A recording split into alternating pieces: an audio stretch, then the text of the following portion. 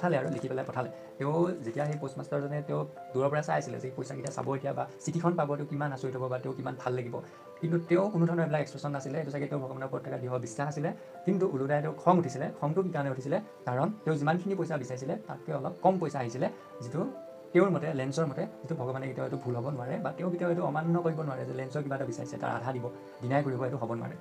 immediately লেন্সো went out the window' to ask for a paper and ink লগে লগে paper আৰু চিয়াহী বিচাৰিলে on the public writing table মানুহে যোনখন টেবুলত লিখে তাত তেওঁ লিখিলে হি ষ্টাৰ্টেড টু ৰাইট আকৌ এবাৰ লিখিলে with much wrinkling of his brow' খুব খঙত আৰু খুব চিন্তাত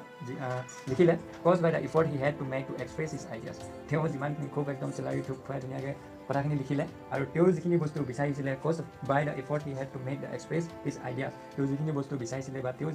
যিখিনিৰ কাৰণে চিঠিখন লিখিছিলে সেই গোটেইখিনি কথা কি হ'ল গোটেইখিনি মেনশ্যন কৰি ৱেন ই ফিনিছ যেতিয়া তেওঁ লিখি শেষ কৰিলে he went to the window' to buy a stamp আৰু তেওঁ আকৌ এখন খিৰিকীৰ ওচৰলৈ গৈ পেলাই ষ্টাম্পটো কিনিলে উইচ লিক